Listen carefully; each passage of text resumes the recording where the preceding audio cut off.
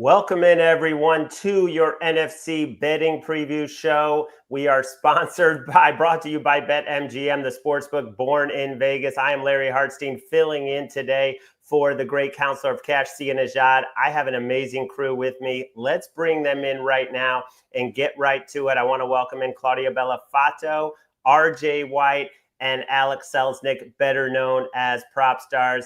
And we're just going to get right into it. I'm going to start with you, RJ, a man who has two big cashes in the Super Contest. And you're going to be upstaged this year by somebody new that we brought on to SportsLine, Brady Cannon, who has won the Super Contest. So that gives you something to shoot for. But RJ, we're going to talk about NFC teams that you like to go over their win total. What if I told you there's a team with a quarterback who just had surgery, a number one receiver who tore his ACL late in the year and won't be back till mid-October, two or three other receivers dealing with key injuries right at camp, and you're telling me they're going over? I love the Packers, man. They were fifth in yardage on both offense and defense last year. The only notable loss in the offseason was Jair Alexander. The Green Bay teams that made the postseason the last 2 years were the two youngest of the last 45 years playoff teams. So this is a young roster that could still be improving, and the continuity of the coaching staff only helps. Really like the addition of Jeff Hafley at defensive coordinator last year. It took a little bit of time to get adjusted to his scheme for the players that had been used to the previous scheme, but I think they're really dialed in now, and that defense could be really good this year. The Green Bay only lost 5 of their 6 divisional games last year, only won by more than 3. Their only other losses were to Philly twice, beginning of the season, end of the season, in the playoffs. I think Detroit and Minnesota could take a step back with turnover on the coaching staff for one and quarterback for the other. I think they're pretty up in the air what happens there. And I think the Green Bay Packers are just really strong. Love taking them over 9.5 wins at -120. I think they could push to maybe be in the running for the number 1 seed. Wow. And Alex, I know you're high on another team in a different division, but you think they have a very high ceiling as well. I do, and Tampa Bay Buccaneers also like them over 9.5 wins here. I've just been so impressed watching the development of Baker Mayfield, who has really become a top 5 quarterback in the NFL. I think he had an MVP caliber season last year, a lot to build on. The only really notable loss in the offseason was Liam Cohen. I really like what they did. They made a splash addition on the defensive side of the ball, adding Hassan Reddick. I love the draft. They draft a wide receiver, adding to already a really strong position there. So I look at the Bucs. I just think between their schedule, playing in the division, the success they had last year, improvements on defense, I think their ceiling is the number 1 seed in the NFC. But playing in that division, the NFC South, I really think they're going to be very, very difficult to beat. I think they easily win 10 games. So I like their over 9.5 quite a bit. You know, that's a team that I love as well. But there's another team in the division that I think we have to watch out for. And Claudia, I'm coming to you. Yeah, I agree with you guys both. Baker is back, baby. I am high on the Bucs, but I look at this Falcons win total at 7.5, and I agree with the market juicing this to the over. They got there last season, and that was losing 6 of their final 8 games, including their final 2, which went into OT. So those were tight. And now they have one of the easiest schedules in all of the NFL, especially if you look at that second half. It's ranked second easiest when it comes to opposing teams in their DVOA. And the best part is we don't have a quarterback battle anymore. We know who's going to be under center week 1. We know he's a very capable quarterback with a high ceiling in Michael Penix Jr. And he's going to be behind one of the best offensive lines that led the NFL in run blocking and overall PFF grade last season. They're returning all personnel outside of their center and Drew Dalman, who's with the Bears now, but you're going with a guy who backed him up and replaced him in 8 games last season when he was hurt, and Ryan Newsel, so I don't mind that move at all. And then when it comes to the receiver room, I talked about the Falcons a lot when we did a preview show a few weeks ago for CBS HQ. Drake London finished top 5 in yards. You have an elite pass catching back in Bijan Robinson that finished top 3 in yards. You have a tight end that I think has untapped potential in Kyle Pitts. And now you have, I think, a great coach in Raheem Mostert who has that season under his belt now. Their big weakness, we can all agree, was the pass rush.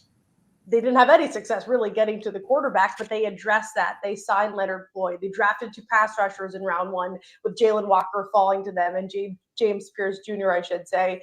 So they have the pieces to be an elite team. They just need to put it all together. I love the Bucs, and I think they do win the division, but the Falcons winning it wouldn't shock me, and I would definitely take them over here. Claudia, this was my top play on our NFL fantasy futures draft that we are playing for money, and all the picks are in the Discord. You can see it, but I went 3 units on Falcons over 7.5. 1 point when you alluded to the quarterback situation, Kirk Cousins had 7 INTs in the second half of close games, back-breaking turnovers, 4 in the last 2 minutes. So I'm right there with you on the Falcons getting to 8 wins at a minimum. And Alex, I'm going to come to you. Give me the team that you're fading this year, even though they have the easiest schedule, not only this season, but one of the easiest schedules the NFL has seen in recent years.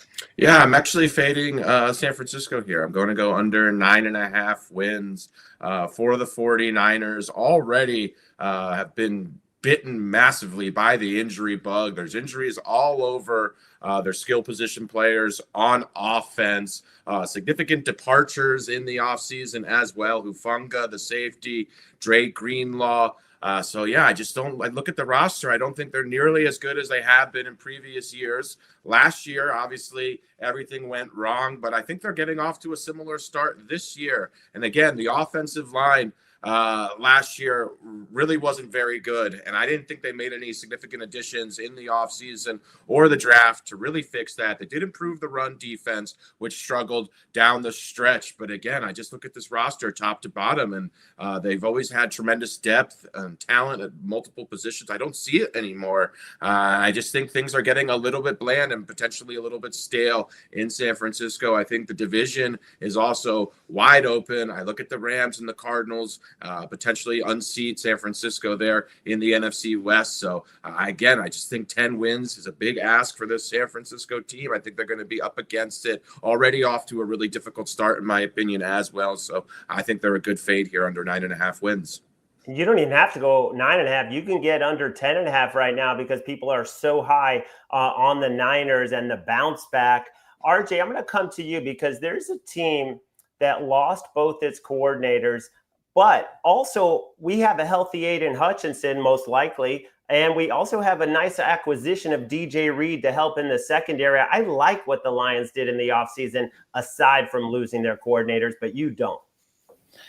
Yeah, I think Reed is really the only key addition they made, and they lost so much. They lost not just the coordinators you're talking about, who, by the way, one of the best coaches in waiting for the last few years, and Ben Johnson on the offensive side, and a very underrated coordinator in Aaron Glenn on the other side.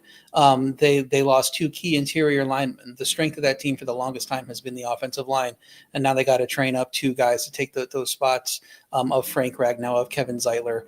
That's no small thing. I think Goff can start seeing more pressure up the middle and start getting off his spot a bit, and it's going to be a struggle for him, like it hasn't been when he's been able to rely on Ben Johnson scheming things up so much. This was the first team in history to jump 3+ wins in 3 straight years. It really feels like this is the year for the come down. I know we don't have to get back to 15, so obviously some regression's already baked in with this 10.5 number going under that. But I really think that even though the defense gets Aiden Hutchinson back, they already lost another defensive lineman to injury with Onwuzurike getting hurt out for the year. Only 5 teams had worse yards per play allowed. So even though they had like the 8th best scoring defense, I believe it was, like they were bottom 5 in yards per play, I think that could rear its ugly head even with Aiden Hutchinson there. And they play one of the most difficult schedules. Their non-divisional road matchups are against the Ravens, Bengals, Chiefs, Commanders, Eagles, and Rams. I mean, that's about as tough as you can get on the road. So I think this is a team that's going to struggle, not just obviously to get to 15 wins, but to match the win total they had the previous year, and even maybe to top out here at 10 wins. So I love going under 10.5. Claudia, I got to give you credit because you didn't go under on the Saints' normal win total, which is pretty easy to pile on. One of the worst rosters, one of the worst quarterback rooms, rookie head coach. You're going under 4.5 on the Saints, giving us some nice plus money. Tell us why you are so down on New Orleans.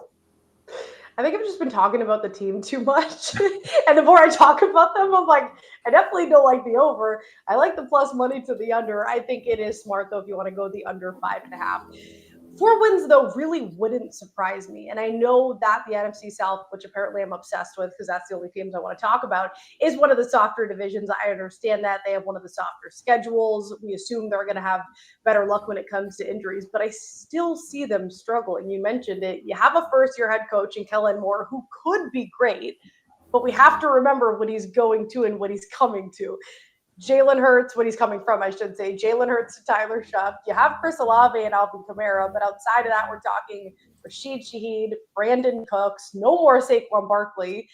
You look at the defense. He went from the top defense in the NFL to one projected to be one of the worst. And I will say I like the Brandon Staley move. I think the familiarity there with them being a do in LA makes a lot of sense. But a coach and a DC can only elevate a roster so much. And I know that they have Cam Jordan and Davis, but those guys are older. They're not moving like they used to. The defense overall has just been unraveling over the last 4 years, really. They dropped from second in DVOA to bottom 4 over the last 4 years, I should say. And you need a good defense. You just do to win these games, especially when your offense looks the way that this is expected to. And we saw that come to a head. They went 0-11 when the defense allowed 20 or more points last season. And that's because the offense couldn't put up points of their own. And now you're relying on a quarterback room of Tyler Shuck, Spencer Rattler, Jake Haener. Well, what happens when they didn't have Derek Carr on the field last year? They won 0 games. They went 0-7. How many games are we going to have with Derek Carr this year? 0. I'm going under. I might wait now that you said this and go to the under 5.5. I didn't play it yet, but I don't know, guys. The plus money. Am I crazy to say this? The plus money feels good. Not at all. You look at that schedule. I mean, that looks like an 0-4 start to me before they host the Giants in week 5. And they had those amazing first 2 games last year when Clint Kubiak was the talk of the town and they put up 70 plus points. And if you look at their season just after that, it's even worse than it appears on paper. So I'm with you there. But let's stay in that same division and talk about some player props, because we have a lot of Baker Mayfield love throughout this telecast. And Claudia, you're going Baker Mayfield passing yards. Which way are you going? Over, of course. I mean, Baker Mayfield is one of the most exciting players. This resurgence in his career is so fun to watch. And we're talking back-to-back 4,000-yard seasons. So I definitely like this number here, especially when you consider injuries has been ravaging quarterbacks across the league. He played in all 17 the last 2. He averaged just under 8 yards a pass last year. He completed over 71% of his passes, second behind only Jared Goff. He was tied with Geno Smith for the most completions, the 5th most attempts. And you have to look at the protection. He's playing behind the same exact 5 guys he had on the line last year. A little hiccup, I know, with Tristan Wirfs' injury, and that's huge, protecting his blind side. But when he returns, it certainly will be one of the best in the NFL. And on top of that, he has one of the deepest wide receiver rooms. You're bringing back Mike Evans. You have Chris Godwin. You have one of the best tight ends in K. Dotton. And now you add in Emeka Egbuka out of Ohio State. And Maya's only injury would be the reason that he doesn't hit this over. Yeah, and even though you're changing coordinators for the 3rd straight year, you're getting the passing game coordinator as the OC. Yeah. So I like that as well. Alex, give me your player prop, season-long player prop for a quarterback. Yeah, we're going to stick in the division here. I'm going to back Bryce Young over 3,150 yards, a very minuscule season-long total for Bryce Young. I think it finally clicked a little bit for Bryce Young at the end of last season. The final 4 games looked really good. Had a 7-0 touchdown interception ratio. Finally started clicking a bit. Coming into year 2 in the Dave Canales offense, Carolina prioritized keeping him upright as well as adding some talent at the receiver room, adding Ted McMillan in the draft. I think he's going to be an instant impact wide receiver 1. So I love what Carolina did in the offseason, the offensive line, most expensive offensive line in the NFL right now. And I just look at Carolina. I think they're going to take a jump here. They've got a soft schedule. They play in a good division. So I look at Bryce Young. He has to average 187 yards to eclipse this total if he plays all 17 games. So I think he can get there in 14 or 15 games. I think we're going to see some improvement from last year to this year. So give me Bryce Young over 3,150 yards. I think we're already seeing the impact of Ted McMillan, his willingness to throw one-on-one balls to him. That's going to change things, open things up. Love this play as well. We have to have an under in this section. I mean, we would probably lose our sports betting media cards if we didn't have an under here. So, RJ, give us a player you're fading. Yeah, I'm going to fade Sam Darnold under 20.5 passing touchdowns. He was, of course, a journeyman quarterback before last year when he linked up with Kevin O'Connell, who's like the quarterback whisperer. He elevates a bunch of quarterbacks in his system. So if you're a Vikings fan, we don't know what we're going to get from J.J. McCarthy. You got to feel pretty good about the guy in charge and maximizing the talent there. I don't know that Darnold's success will carry over to a new team with much less pass catching talent. DK Metcalf obviously gone, Noah Fant gone, Tyler Lockett gone, potentially a worse offensive line and a different offense, than Minnesota had. He may need to play all 17 games behind that iffy offensive line to get over this total. But if Seattle's out of it, does Milroe get a start or two late? I think that's on the table to see what they have in him going into next year's draft. And even if not, there is buzz that Seattle could get the rookie quarterback on the field for certain packages. If you're going to do that, I think you want to take advantage of his rushing ability near the goal line, right? And make the defense think about where you're going with the ball. And so I think that takes down a few touchdowns that Darnold may otherwise have. It's going to be really hard for him to get to this 20.5 number, even if he's able to stay healthy. So love Darnold's under on his passing touchdowns this year. Yeah, and they're talking about the power run game, the outside zone scheme that they are determined to implement, because obviously Sam Darnold under pressure is not something they want to see. So the focus has definitely been on the run game. I like that one, although I do think he's going to have a decent season overall. I don't think it was just a total Kevin O'Connell, Minnesota Vikings mirage from last year. I think he has become a much better player. Let's move on to our skill players, our other skill players. You can choose a wideout. You can choose a running back. You can choose a tight end. You can go over or under for the entire season. Alex, I'm coming to you.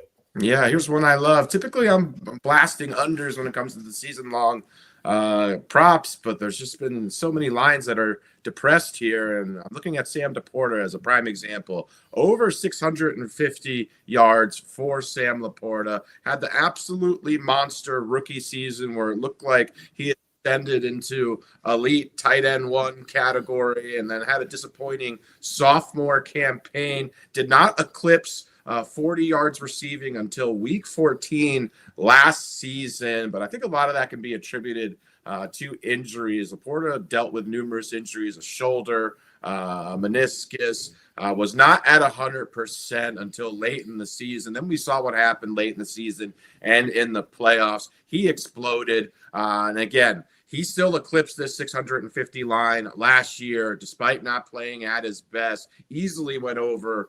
So I look at this heading into year 3. He's fully healthy. Jared Goff loves targeting the quarterback here as well. I also look at this Lions defense, which I agree, likely to take a step back. I think we're going to have to see the Lions participate in some more shootouts. So it wouldn't surprise me if Jared Goff's passing volume increases and that Laporta, being the safety blanket, is a big beneficiary of that. So I think Sam Laporta is set for a nice bounce back campaign. Even if he struggles, we've seen that he could still go over 650 receiving yards in 13 games, in my opinion. So this number way closer to his floor than his ceiling. Love this spot for Laporta. Yeah, this one feels low to me, even given the injury risk built in. I like it a lot. Let's stay with tight ends. And Claudia, you probably are enjoying what's been happening in the preseason with the 49ers, given your play. Yeah, and I don't want to say that injuries make me happy, but when it comes to the receiver room, George Kittle's really the only healthy one outside of Ricky Pearsall. We don't really know what the ceiling looks like for him yet. But overall, if we're talking injury and we're talking consistency, George Kittle is year after year one of the most consistent in general when it comes to pass catchers, but certainly when it comes to tight ends. He's had back-to-back 1,000-yard seasons now, 4 total in his career. Last year, he was one of only 3 tight ends with that many. He was the only one the year prior. He was top 5 in catches last year, 7th most targets. And I think key for this market, since we're going with the yards over the catches, is that he has that big play ability. He led all tight ends in plays of 20-plus yards, those explosive plays last season. But as we know, he's also there as that safety blanket for Brock Purdy in those check down situations, which I think we may see often this season. So I think the number is too low for not only one of the best tight ends in the game, but also one of the tight ends that has the best situation schedule-wise, having the easiest schedule, and also roster-wise to start the season with all the injuries to their receivers. Yeah, the injuries and also the dissatisfaction. And George Kittle is just so reliable. I Yeah. love seeing him in the Netflix show a couple years ago. Alex, what do you got? Just would add to that as well. I really think the subtraction of Debo Samuel too. If we look at George Kittle's splits with and Yeah. without Debo Samuel, he was averaging significant, I think 30 plus more yards with Debo off the field. So Mhm. I think that's a big addition by subtraction for Kittle as well. Yeah, good point. All right. Well, let's get to some award picks that have to come from the NFC. Those are the bylaws for this show that Ben, the producer, sent me. So even though MVP seems to be basically who's your favorite AFC quarterback, we have somebody on here who's going way off the board. And Alex, I'm talking to you. Yeah, I'm back. I know we've been very Bucks heavy, Claudia and I here, but I'm riding with Baker for Woo! MVP here. I think he, again, long shot odds here. Plus, I got this originally at plus 3,500, so you can. It's a significant long shot, but I love what I've seen from Baker Mayfield. Last year, he had an MVP caliber season. Claudia listed it off, top 5 in nearly every single offensive category for a quarterback. You couple that with usually what coincides with winning the MVP, and it's a lot of team success. And I like the Bucks. I think the Bucks have a ceiling of winning 13 or 14 games if everything goes right for them. So I think when you combine how well Baker played, if he can just sustain the level of play, or maybe even increase it with the addition at wide receiver and the improvement continuity with the offensive line, I think Baker's in line for just a massive season. And I also love the fact that Tampa Bay, in my opinion, has a very high ceiling as well. So if we're looking at a 13 or 14 win team here, which I think is within their range of outcomes, I think Baker has a great shot, and his odds should be significantly shorter to win this MVP award. Claudia, you're going to the comeback player of the year market. I really like this play. Let's hear it. Yeah, JJ McCarthy. I'm loving this number on it too. The storyline is there, right? You need the storyline. You have the meniscus tear ending the rookie season before it even begins. And then you need the pieces around him and some sort of success to the overall team. And I think that is there. He is one of the best receivers in the game in Justin Jefferson, as we know. Jordan Addison will be out 3 week suspension, but when he's back, that's a great 1-2 punch.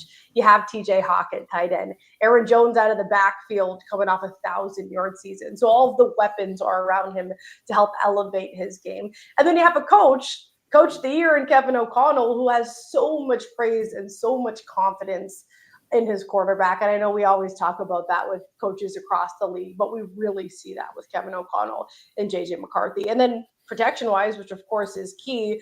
Last year, we see all the offensive line have some holes on the interior, but they addressed that in the offseason. They have 3 new starters there. Ryan Kelly, one of the best when healthy at that center position. Will Fry's at right guard, who was on pace before he got hurt. So hopefully he can stay healthy. He could have had a breakout season, though, last season before getting injured. And then you have a first-round pick in Donovan Jackson. So I think they made the right moves in the offseason to give him protection. They kept those weapons around him. We know he has the arm. He has the accuracy. He'll have to beat out Dak Prescott, who's the favorite right now, and Aiden Hutchinson, which will be difficult, but I'm not very high on Dak. And I do think that with JJ being the quarterback, having that position, having the roster around him, and I'm pretty decently high on the Vikings when it comes to win totals and success this season. I think this price, where it's at now, is what you want to jump on, because I have a feeling it'll get shorter down the road. And Eric Fletcher in the chat says we haven't seen anything from him yet, and that's true. He missed the whole year. Yeah. Whereas you look at the other guys on that list, they played some football before they got hurt. RJ, what are the guidelines for this award? And we've seen Joe Flacco win it, coming off his couch for like 5 games. What are the guidelines, and do you like that play from Claudia? Frankly, there are no guidelines. They tried to reiterate the guidelines last year. They said it has to be somebody coming back from a major injury, illness, some type of setback. And then the voters voted for Sam Darnold third anyway, which is the same thing that we've seen with Flacco coming back from not being a starting quarterback, with Geno Smith coming back from not being a starting quarterback. That was what happened with Sam Darnold last year. He still finished third. So anybody could win it. It tends to be quarterbacks. I think the last 7 in a row have been quarterbacks. So you see these odds. The narrative is going to be there for Aiden Hutchinson. I think McCarthy's probably my second favorite comeback player of the year pick. I did rankings on all these awards, gave my top 10 picks over at SportsLine and a few 100-to-1 long shots for each award. And McCarthy came in second for me behind Dak because I think he's going to have a good season with those weapons. And I think he's a value compared to Hutchinson here with these odds. Yeah, and I'm not still stinging over the fact that DeMar Hamlin, who I had at 30-1, coming back from, being basically dead on the field, had to be brought back to life, didn't win it, and played some good safety for your Buffalo Bills. So I'm not still upset about that. But RJ, let's hear your pick. I love this one as well. Well, I'm going to give two because I had an over for the running back, receiver, tight end conversation. I wasn't able to give, but it ties into something somebody asked in the chat too. My bad. So I'm going to start with Bijan Robinson, Offensive Player of the Year, 15-1. He had 1,887 total yards, matched Saquon in touchdowns, despite not being used as a workhorse early in the year. The first time he got 20 carries in a game was week 7. From that point on, he averaged 20.1 carries, 3.6 receptions, 122.4 total yards per game. You do that, you're going to get over 2,000 yards. He ran at a 2,000-yard pace, just rushing yards, in his last 3 games with Penix at quarterback while scoring 6 touchdowns. I don't think that's on the table. Defenses aren't going to be as easy as they were in that 3-game stretch, but it's possible. He could do it if the offense is less reliant on the quarterback because Penix isn't the superstar quarterback in waiting, and they need to run the offense through Bijan. I think it's possible. It's also possible he has a McCaffrey 2,000 total yard season, which won him the award. So there's multiple ways to get there with Bijan in this award. Love the odds at 15-1. And then somebody asked about playing Tet McMillan, Offensive Rookie of the Year, 14-1. Love that. He was my pick in the NFL Futures Fantasy Draft that we did for Rookie of the Year. I have him over 795.5 receiving yards. This is a low number to me. 7 of the 8 receivers drafted in the top 10 since 2018 have gotten to 800. Rome Odunze was the only one who didn't. He was not able to get the target share needed to do it last year, and that Chicago offense was pretty bad. That's not going to be a problem for McMillan getting target share. Carolina's offense has been in desperate need of a number one receiver, making Adam Thielen that guy the last 2 years. He's at age 35 now, and his targets dropped from 8 per game the previous year to 6.2 last year anyway. So I don't think that he's going to be a major factor there. You look at the guys in that 7 of 8 sample size. Drake London got 866 yards as a rookie with Marcus Mariota and Desmond Ridder as his quarterbacks. Garrett Wilson had 1,100 yards with Zach Wilson, Mike White, and Joe Flacco as his quarterbacks. I mean, it seems like that's the range for him, just baseline. And there's also a chance he sees a Malik Neighbors level of targets if Carolina is consistently playing from behind. If he's getting 10 targets a game, he's going to sail over this number. So I love getting over 795.5 receiving yards. I think he's a good offensive rookie of the year play too as well. I love that, and apologies for skipping over that. I actually got confused and thought it was a offensive rookie of the year play, which I see that you also love. And Bijan Robinson, now officially going by Bijan Robinson and not Bijan, 354 rushing yards in the last 3 games with Michael Penix. So they are going to lean on him. That one looks good to me as well. Okay, let's get to these 4 divisions. Let's go through these divisions and see if there's anything that's bettable, starting with the NFC East. It's basically viewed as a 2-team race with the chance that the Cowboys could possibly surprise. But RJ, I'm going to start with you because you're not going chalk. Yeah, I think the Eagles are the best team. I don't think they're the best odds to play, just the way the odds board is set up. I would lean to the Commanders here. It's tough for me to bet the Eagles at their price with how tough the schedule is set up. Plus all the defensive losses they have. Now they have great guys behind those guys. So I expect their defense is still going to be pretty solid.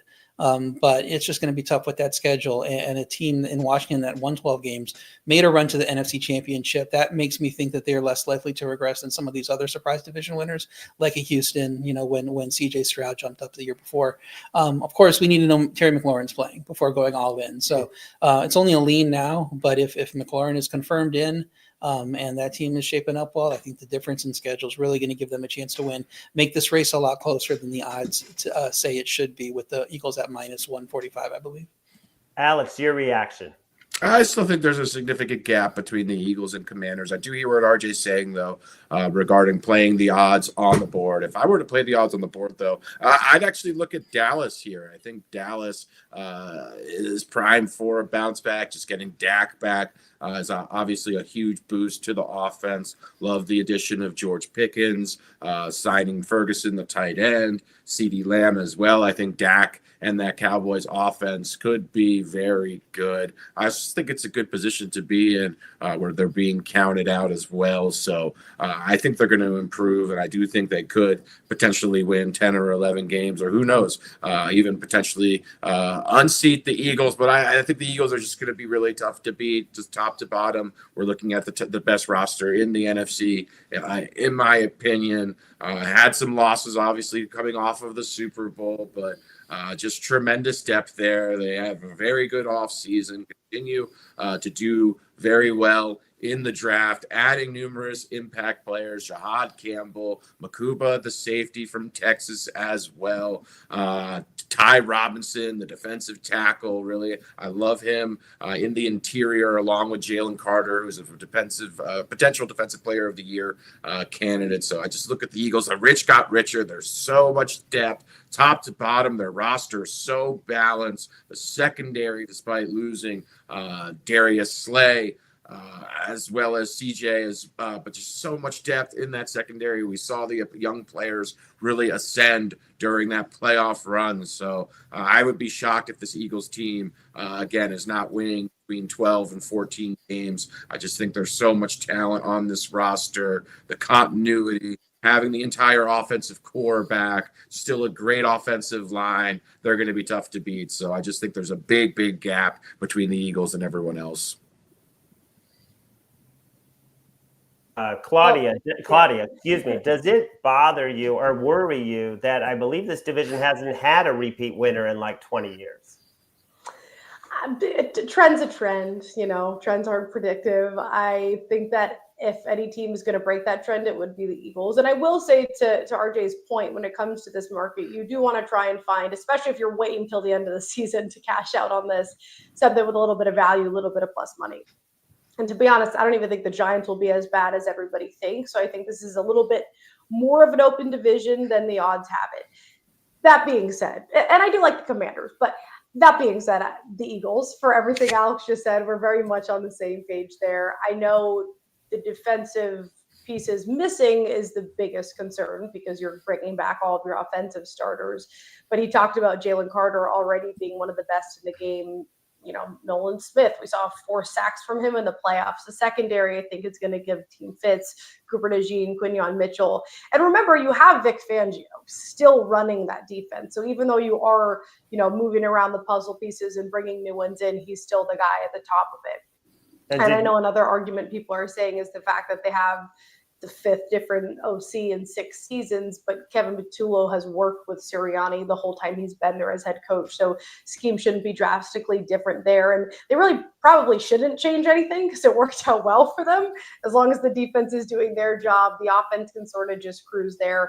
And on top of it all, you get one of the best offensive lines in all of the NFL. Landon Dickerson, Cam Jurgens on that interior. As we know, Jordan Mailata, not only a beautiful voice, but he's one of the better left tackles. Lane Johnson on the opposite side. So there's just so much talent scattered across this roster that I think you could make the argument that maybe the Eagles should be heavier favorites despite the schedule being tough. I do see them finishing on top. I wouldn't be shocked, though, if the Commanders did edge them. So if you are looking for value, I would say that's the pick. But the Eagles, man, they're just too good, Larry. Yeah, and the Landon Dickerson scare appears to be minor and not what we thought it could be. Did you see that story about Vic Fangio ripping into the defense after the Super Bowl? He was upset with the late touchdowns. I mean, that guy must be a lot of fun to play for. But let's move on. They're so good. Let's move on to what I think is going to be the best division of football this year. I've said it. I think this is the NFC North of last year, and that is the NFC West. Where, there is the NFC West, and you look how tightly it is. I think the top 3 teams are all positioned to win this division. RJ, who you got? I definitely agree with you. I could talk up the 49ers as a pick, and I will in a second. I could talk up the Rams. That was the first bet I made this offseason until I started to fall in love with the Niners. And I love the Cardinals too. I mean, I could any of those teams. And Alex can tell you, we were both high on the Seahawks last year, and that still kind of applies to the talent that's there. So you want to make a case for any of these teams, I'll buy it. I like the 49ers though. Purdy was 17-4 as a starter before last year lost season. I know Alex is down on them, but they had the most adjusted games lost according to earned shots of FT Fantasy, of the whole year. And it was just consolidated at so many positions. It was every single level of the defense. They were down to their fifth running back. They were down multiple receivers, and it's just not going to be as bad this year. As much as it looks like the injuries are starting to pile up a little bit right now, they're not season-ending injuries for the most part, and they're going to get guys back. I think they'll be a lot stronger. They've overcome injuries before too. The schedule, man, it is incredibly easy. I think sweeping their 11 non-division games is on the table, and then you just have to battle it out with these really good teams who don't have as good a non-divisional schedule, because the San Francisco 49ers finished last, so they get to play some pushover teams here. So I think that's going to be the edge here to give them the edge, and they won't even have to worry about tiebreakers. But I could still see 3-3 in the division, going 14-3, 13-4, and winning this one as everybody else is pacing behind them. So love the 49ers here. I have to take them at plus 165. Claudia, you disagree? I mean, of course, the 49ers are uber talented when everyone's healthy. The injury is already becoming a problem, though, especially in the wide receiver room. Just gives me, a little bit of concern. I will say the Rams give me concerns as well. The Cardinals have some question marks. So again, this is a division where I think you're certainly getting value, and all of them are playable. I lean the Rams, though, outside of Matthew Stafford's health, because 37-year-old and back problems aren't two good things together. But it sounds like they're really upping, what they're trying to do when it comes to recovery for him. They're getting the chambers going and all of that. So hopefully he's back. Hopefully he's healthy. I know that your left tackle situation with Larry Jackson, his health is also in question. Sounds like he might be available, though, for week 1. They also brought in DJ Humphries if he's not, for a little bit of depth there. In all, I like how the roster is shaping up. I like the swap of Cooper Kupp for Devontae Adams. You still have Puka Nacua, who everybody knows if you played fantasy and you had him best get, the last few years, just put up almost 1,000 yards in only 11 games last season. That was after the 1,000-yard rookie season.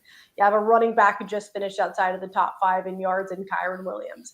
And I think the defense had some holes, certainly last season, but it also became a reason for the success down the stretch. And I do think we'll see improvement with that line specifically being so young. You have Jared Verse coming off winning Defensive Rookie of the Year. You have Braden Fisk. They added some depth with edge rusher Josiah Stewart in the 3rd round.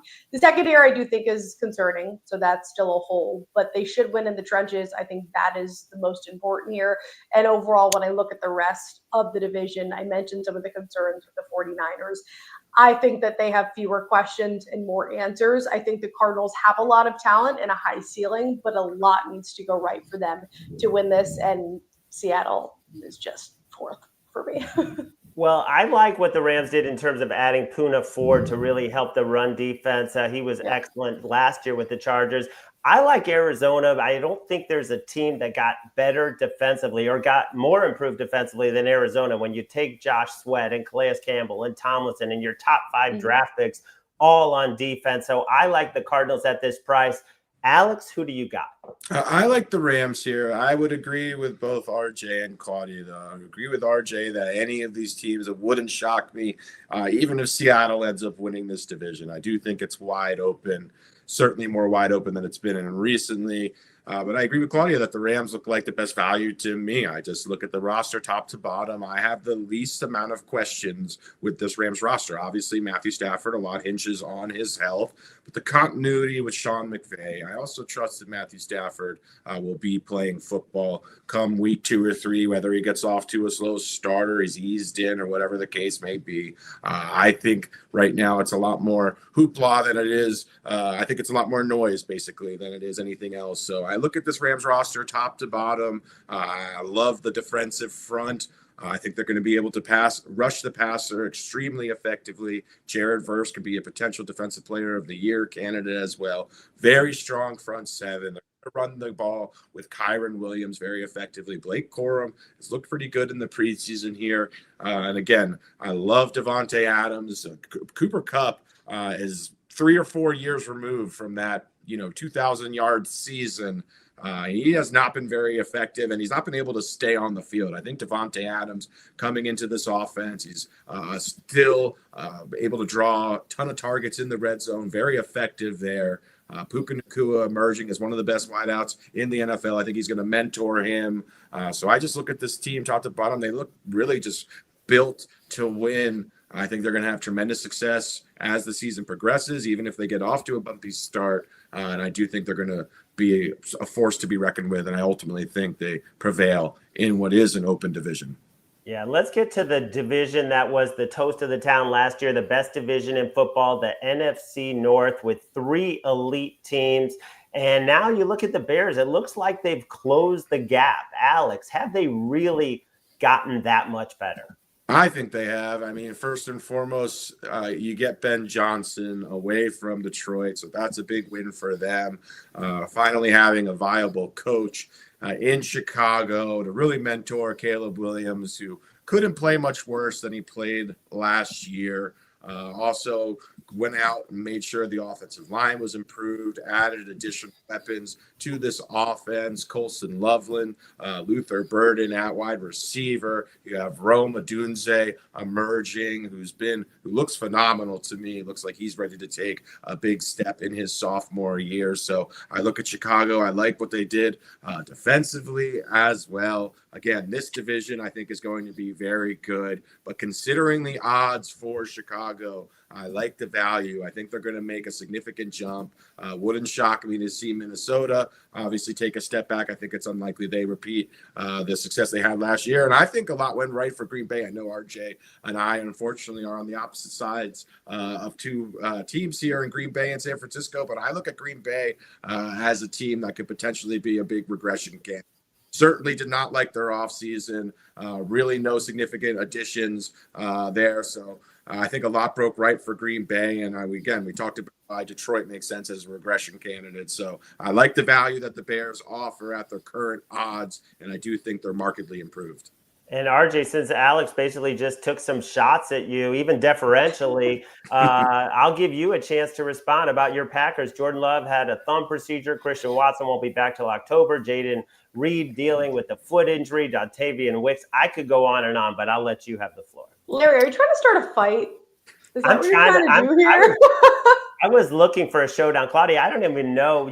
Haven't been with us that long, but when we show down on the air, we get to play the music and we get to get some financial incentive to sweat either way. But I have not found the right moment in this show, the right You're trying. I'm trying, though.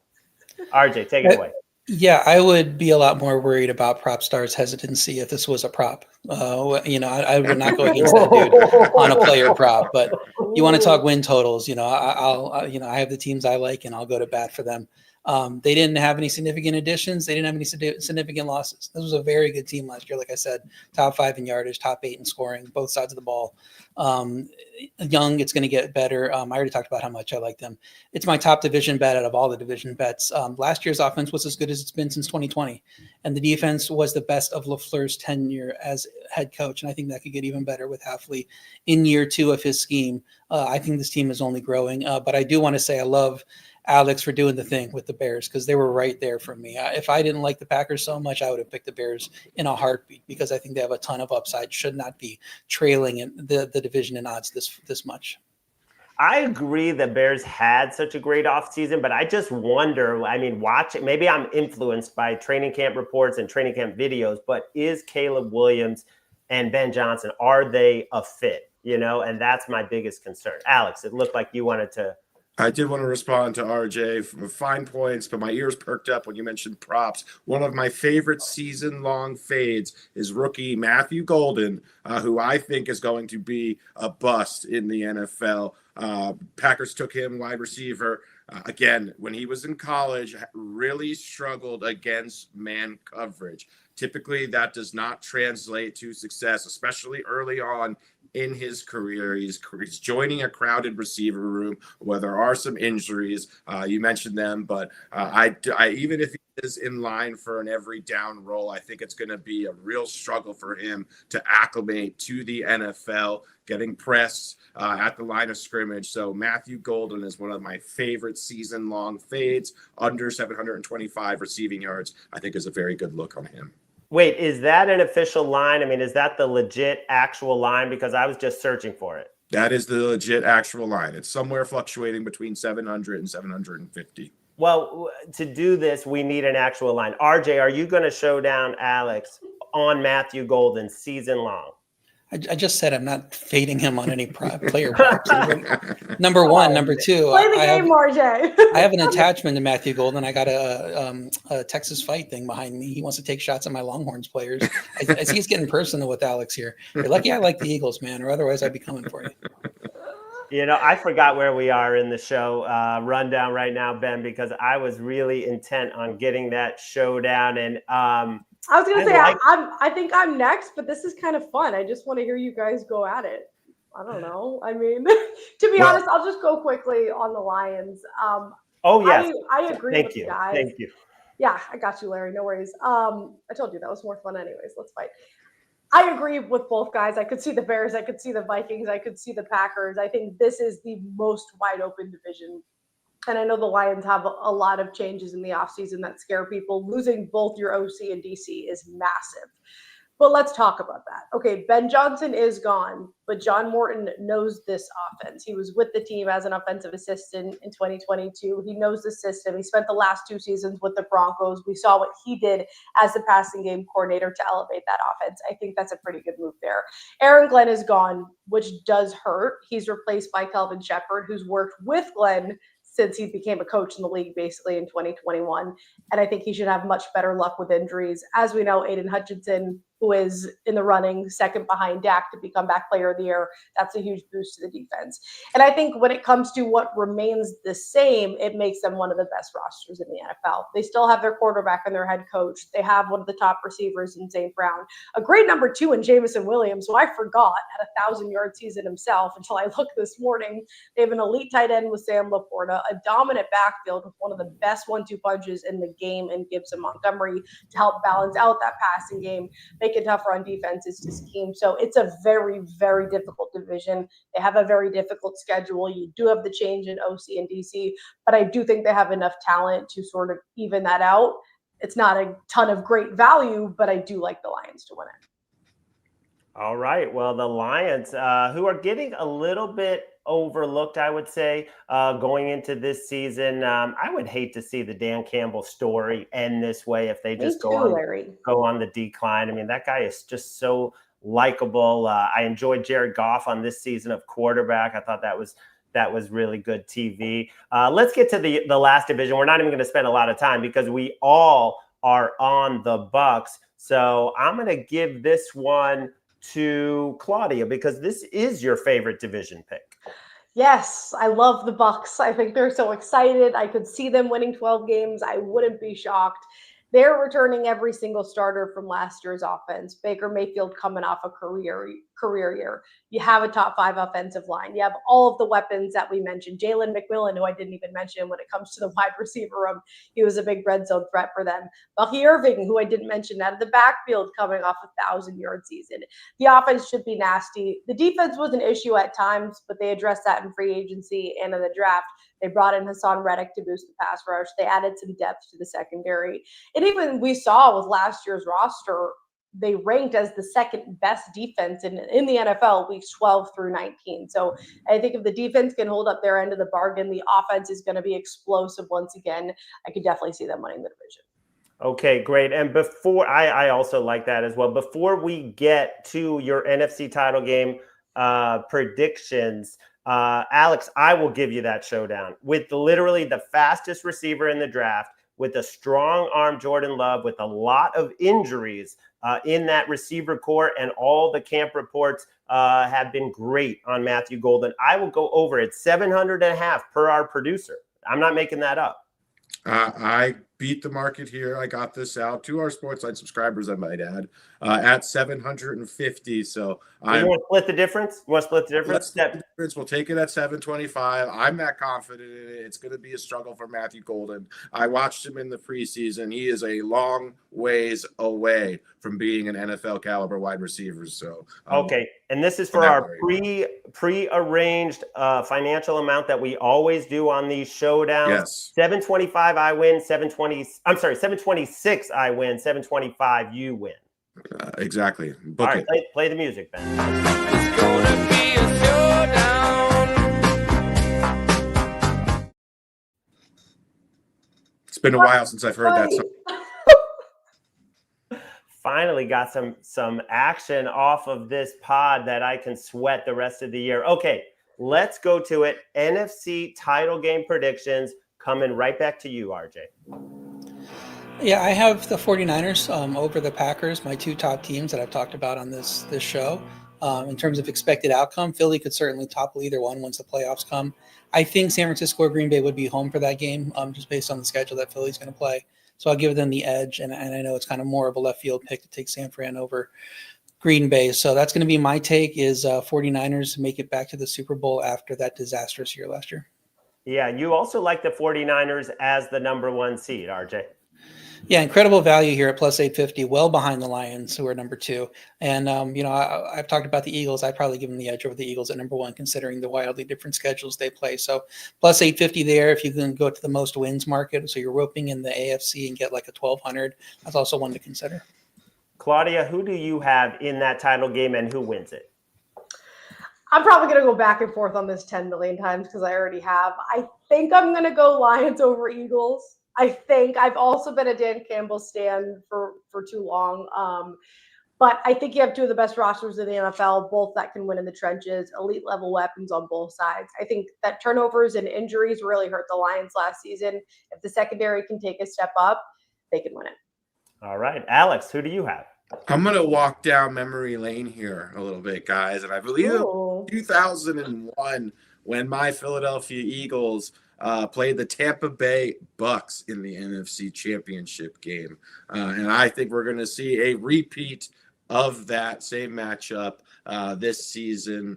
I think the Eagles ultimately prevail. I just think top to bottom, this Eagles team is the class of the NFC. Just so much talent. Love what they did in the offseason. I thought they had an outstanding draft. Again, maneuvered the offseason exceptionally well. Howie Roseman proving to be as competent as any front office official as there is in the NFL. He is the NFL's best executive for a reason. So love what the Eagles did. Vic Fangio, huge fan of the defense, offensively, bringing back basically everyone there as well. So such a talented nucleus. I still think they're very hungry with a lot to prove. So much young talent, so much depth. And again, I think the Bucks are in line for a great season as well. So I think we could have another classic NFC championship game between two familiar rivals in the Eagles and Bucks. And I'm going to go with the Philadelphia Eagles to prevail.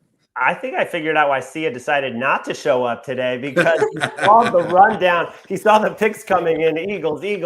Barely a mention of the Commanders on this show. But RJ, you did represent a little bit for Sia's hometown team. So thank you, RJ. Thank you, Alex. Thank you, Claudia. We will see everyone again at 10 a.m. Eastern for the early edge. And this has been the NFC Betting Preview, sponsored by BetMGM.